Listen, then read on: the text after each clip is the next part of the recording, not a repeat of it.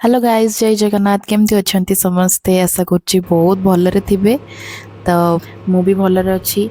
तो बहुत दिन पर मु गोटे मिनी ब्लॉग्स करुच्ची। एक्चुअली देह टिके खराब थिला, आउ इच्छा भी नथिला टिके ब्लॉग ब्लॉग करिया पे। रोसे हस भी बेसी करू नथिली। तो आज बहुत दिन पर इच्छा हला टिके मोर आलू बाइगण भर्ता टिके मसला भलिया करिकिरी खाया पे। तो पाटिकी भी टिके भल लागिव देह खराब पर। आउ जेहेतु सीजन चेंज समस्त देह टिके खराब होउची, ठंडा ज्वर ए सब तो लगी रही। आउे ये भाविली आलू बैगण भर्तार गोटे छोट रेसीपी हो पछे आपण सहित सब शेयर करनेबी बोली।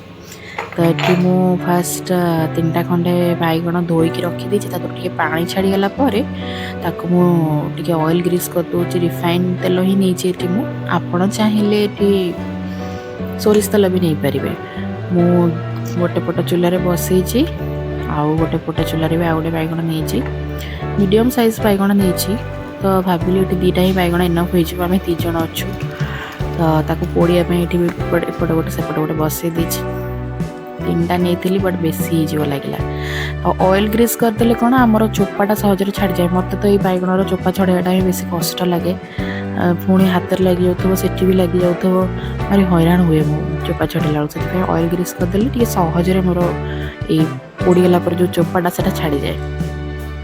तापर ये चोपा छड़ेदेला मु 4टा खंडे आलू नहीं। ये देखो तो केते बढ़िया से छाड़ी जाइए। तो ये 4टा न तो 2टा खंडे आलू मुझे फाड़ करी डाली सीझे देती। तो सहीटा टे गरम अच्छी, बाकी इटा एकाठी मुझे चकड़ी देवी। तादर ये बैगण रु से जो डेम्फटा अलग करदेवी, कारण चकड़ला बेलू भारी जन जन रखती डेम्फ, कितु मत चकड़ला बेलू असुविधा हो। तो मुझे भलसे चकटी ना पूरा फाइन कला भाया। तो से काटिदेली डेम्फ। आउ ये आलूटा टिके गरम अच्छी, बाकी यहाँ तो ठंडा हो बैगणटा। आलूटा टिके जस्ट गरम अच्छी। ताको भलसे सब मिक्स करदेला एपटे मु भर्ता स्टार्ट करदेवी। गैस लगे कड़ाई बसईदेली। कड़ाई गरम हो गला रिफाइन तेल ऐड करदेली। चाहिए आप सोरिष तेल भी नहीं पारे।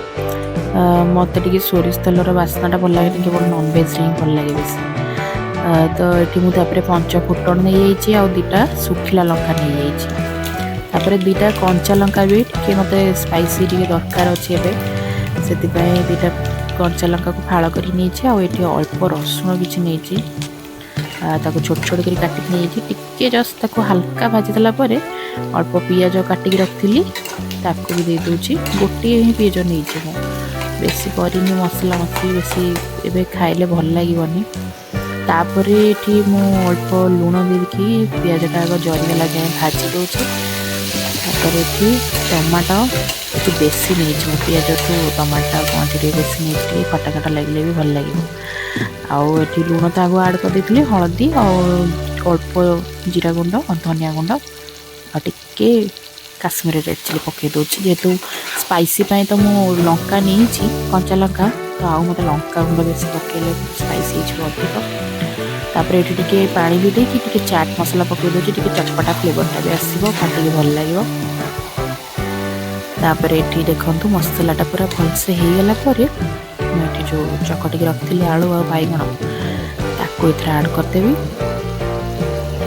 करदेकी टिके गुलिया गुली करदेला तो रेडी हो आलू बैगण भर्ता मसला मरका।